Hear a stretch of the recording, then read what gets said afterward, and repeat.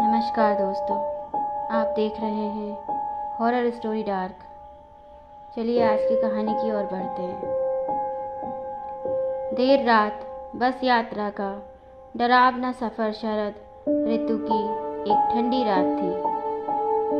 नीला आसमान बादलों से घिरा हुआ था और चांद अपनी धुंधली रोशनी से धरती पर हल्की हल्की चमक बिखेर रहा था। हल्की हल्की हवा चल रही थी जो पेड़ों के पत्तों को हौले से सरसराहट कर रही थी। राजन, जो कि एक छोटे से गांव का निवासी था, शहर से अपने घर की ओर लौटने के लिए बस स्टैंड पर खड़ा था। उसे अपने गांव जाने वाली आखिरी बस पकड़नी थी और रात के 10 बज चुके थे। बस स्टैंड सुनसान था और इक्का दुक्का लोग ही वहां दिखाई दे रहे थे। थोड़ी देर बाद दूर से बस की लाइट्स चमकती दिखाई दी। राजन ने राहत की सांस ली। ये वही बस थी जो उसे उसके गांव तक छोड़ने वाली थी। बस धीरे धीरे स्टैंड के पास आकर रुकी। बस की हालत बहुत पुरानी और जर्जर थी, मानो सालों से इसने सफ़र ना किया हो। खिड़कियों के शीशे धूल से ढके हुए थे और दरवाज़ों पर जंग लगी हुई थी।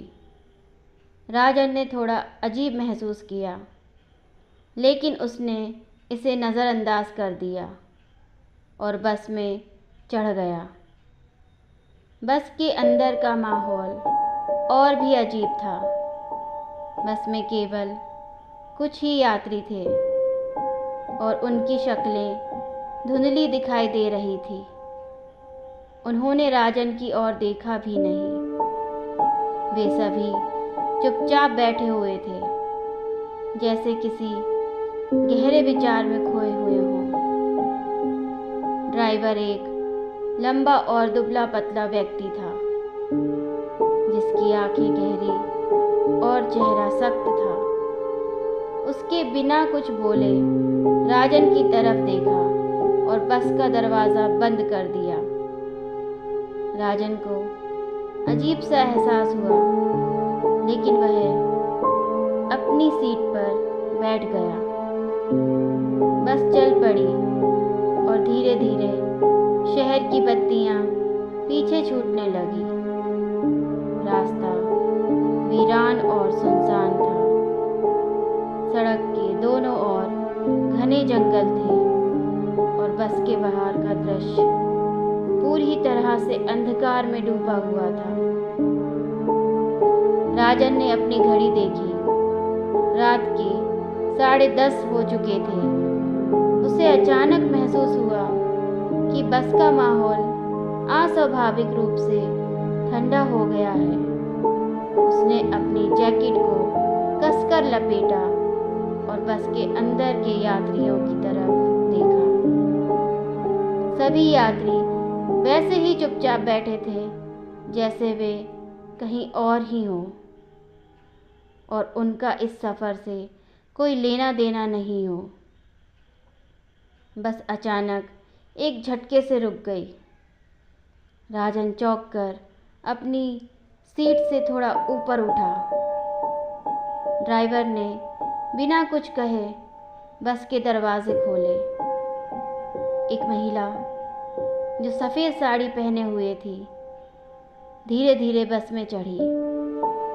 उसकी चाल अजीब सी थी, जैसे उसके पैरों में कोई जान ना हो। राजन ने गौर किया कि उसकी आंखें बहुत गहरी और चेहरा पीला था, जैसे किसी मरे हुए इंसान का हो। वह महिला बस के सबसे पीछे जाकर बैठ गई। उसकी उपस्थिति से पूरे बस में एक अजीब सी ठंडक फैल गई। राजन का दिल अब तेजी से धड़कने लगा था।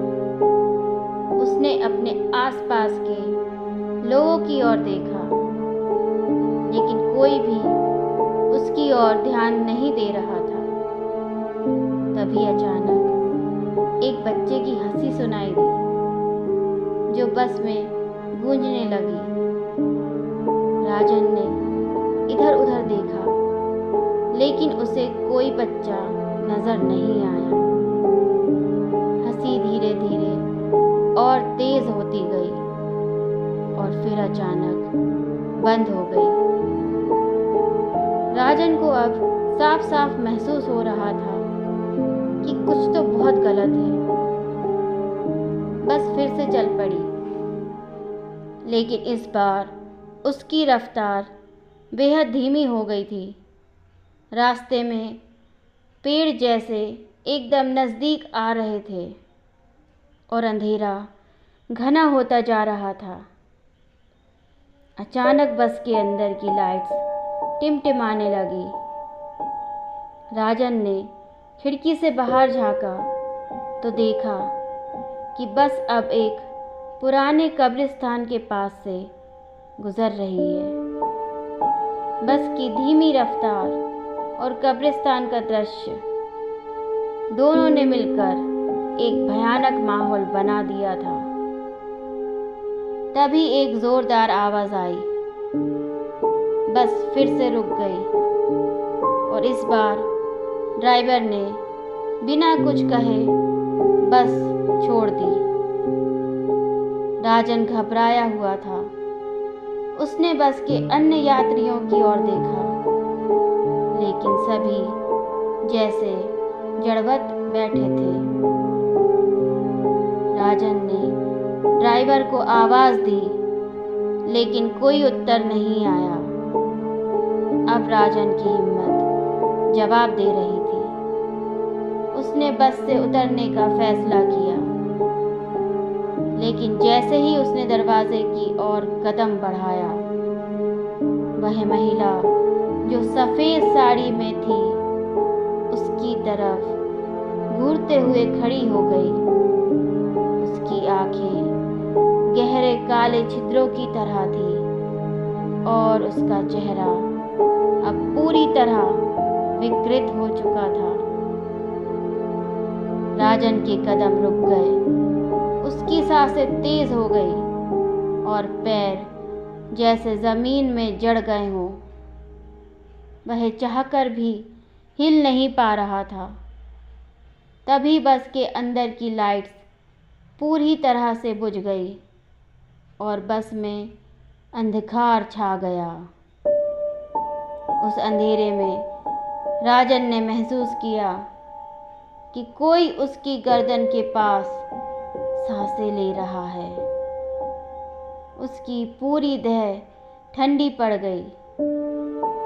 उसने किसी तरह खुद को संभाला और तेजी से बस से बाहर कूद गया।